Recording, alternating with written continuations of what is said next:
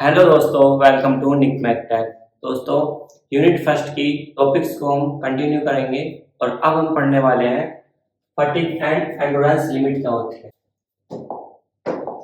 The endurance limit of material is defined as stress, मतलब stress below, मतलब ये क्या होता है, जितना हम स्ट्रेस क्या हो रहा है, कम होता जा रहा है, कम होता जा रहा है, मतलब किसके अकॉर्डिंग, नंबर ऑफ साइकिल्स के अकॉर्डिंग, जितने किसी बॉडी पर नंबर ऑफ साइकिल है और वो मतलब किसी बॉडी पर स्ट्रेस लग रहा है और जितना नंबर ऑफ साइकिल उस पर लग रहे हैं, तो जितना हमारा नंबर ऑफ साइकिल घटेंगे उतना ही क्या होगा, स्ट्रेस कम होता है।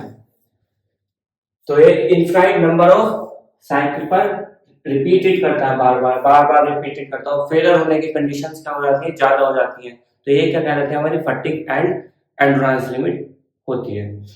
टाइम में फाइनाइट एंड इनफाइनाइट लाइफ किसी भी एलिमेंट की मशीन डिजाइन करते समय किसी भी एलिमेंट की कैसे होती है, किस किस चीज पर ये डिपेंड करती है। सबसे पहले endurance limit, stress endurance limit और एन का मतलब नंबर ऑफ साइकिल्स जितने उस पे है, उस पे डिपेंड करता है नंबर ऑफ। ये जो होता है वैलिड फॉर स्टील, केवल स्टील के लिए वैलिड होता है। और इसकी जो वैल्यू, जो हमारा साइकिल होता है वो लोग ग्राम पर 10 की पावर 6 साइकिल डिपेंड करता है। और इनफाइनाइट में 10 की पावर 6 से अनलिमिटेड, मतलब इनफाइनाइटी टर्म में हो जाता है। उसके बाद देखो दोस्तों, ये हमारा ग्राफ है और ए से बी तक जो हमारा ए बी है वो हमारा किसी शाफ्ट पर जो फेलर होता है वो है। उसके बाद लोग 10 टी टेंशन, मतलब जितना हमारा टेंशन स्ट्रेस उस पे लगा हुआ है, यहाँ पे क्या हो जाएगा, फेलर की कंडीशन ज्यादा हो जाएंगी किसी भी बॉडी पर। उसके बाद बात करते हैं इनफाइनाइट की। Infinite life of machine design,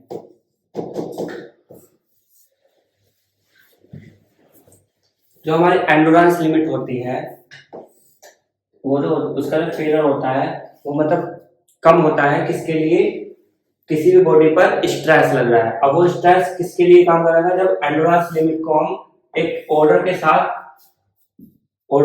किसी भी साइकिल में ऑर्डर के साथ हम, तो सिग्मा वेरिएबल है कितना है, यहाँ से लेकर यहाँ पर है, और जितना सिग्मा वेरिएबल किसी साइकिल में लगेगा, बार बार होगी वो साइकिल रिपीट करेगा बार बार, तो उतना ही हमारा क्या होगा, इनफाइनाइट है, कि फेलर होने के चांसेस में ज्यादा से ज्यादा होंगे। तो ये हमारी मशीन डिजाइन के लिए फाइनाइट एंड इनफाइनाइट लाइफ ये थी।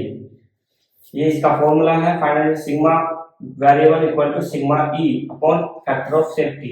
सिग्मा ई हमारा एंडोरेंस लिमिट है, फैक्टर ऑफ सेफ्टी और सिग्मा वेरिएबल, यहाँ से हम इसकी टर्म निकाल लेते हैं। उसके बाद बात करते हैं,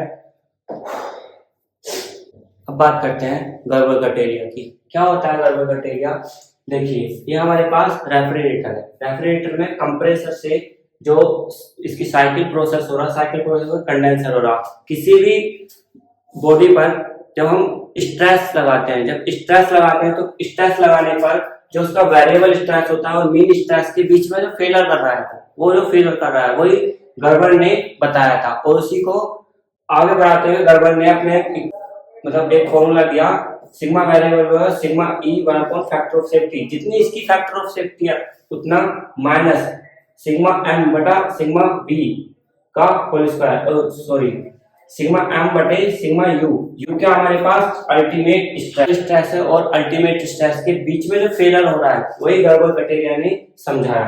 उसके बाद जो इसका होल स्क्वायर है इनटू में एफएस। उसके बाद considering the fatigue stress concentration factor KF, जो हमारा केएफ होता है जो उसका फैक्टर होता है, फैक्टर ऑफ सेफ्टी में जब हम हमारा स्ट्रेस लगाते लगाते फेलर हो जाता है तो उसमें क्या आ जाता है, फैक्टर आ जाता है जो हमारा केएफ है। और उसके बाद गर्बर ने अपनी इक्वेशन ली, जो इक्वेशन ये थी 1/fs, जो फैक्टर ऑफ सेफ्टी है, फैक्टर ऑफ 1/m/1/u, यू क्या हमारे पास अभी इनटू में केएफ अपॉन सिग्मा ई, और ये क्या थी हमारी गर्बर इक्वेशन थी।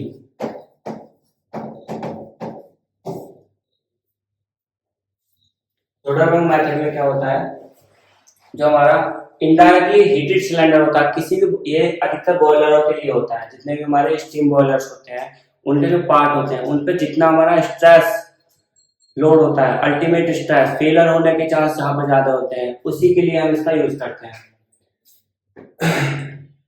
मतलब कोल्ड वाटर से हॉट वाटर की जो पूरे साइकिल होती है उसके बीच होता है। बॉयलर्स में अधिकतर हम क्या करते हैं कि जो हमारी स्टीम पावर प्लांट होते हैं उसमें हम स्टीम बनाने के लिए हम बॉयलर्स का यूज करते हैं। बॉयलर्स का यूज, हमने कोल्ड वाटर लिया, कोल्ड वाटर को हमें हीट करना, हीट करने के बाद हमें स्टीम जनरेट होगी, और स्टीम जनरेट होने के बाद हमें क्या मिलेगा कि जितना भी उसके बॉडी पर स्ट्रेस हम लगा रहे हैं वही हमारा सोडरबर्ग मेथड के बीच में आता है। और ये भी वेरिएबल स्ट्रेस और मीन स्ट्रेस के बिटवीन में जो हमारा फेलर होता है उसी के बारे में, ये सेफ स्ट्रेस लाइन के ऊपर डिपेंड करता है।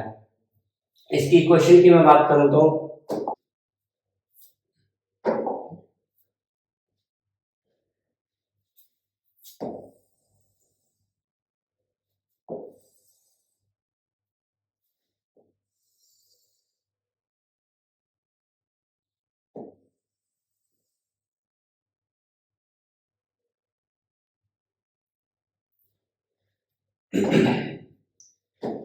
ए बी, यहाँ पे हमारा सिग्मा ई था जो एंडोरेंस लिमिट को रिप्रेजेंट करता है, एंडोरेंस लिमिट के स्ट्रेस को रिप्रेजेंट करता है। यहाँ सिग्मा हमारा वी है जो हमारा वेरिएबल स्ट्रेस है। यहाँ पे हमारा कंप्रेशन है और इधर हमारा टेंशन स्ट्रेस है। ये हमारा मीन स्ट्रेस वर्क करता है। दोस्तों सोडरबर्ग मेथड में क्या होता है, जो हमारा सिग्मा वाई होता है, जो हमारा यील्ड स्ट्रेंथ वाले मटेरियल्स होते हैं उन्हीं पर ये केवल लगता है। यानी कि सोडरबर्ग मेथड में क्या होता है, ये जो लाइन हमारी ये रिप्रेजेंट करती है हमारे सोडरबर्ग मेथड को।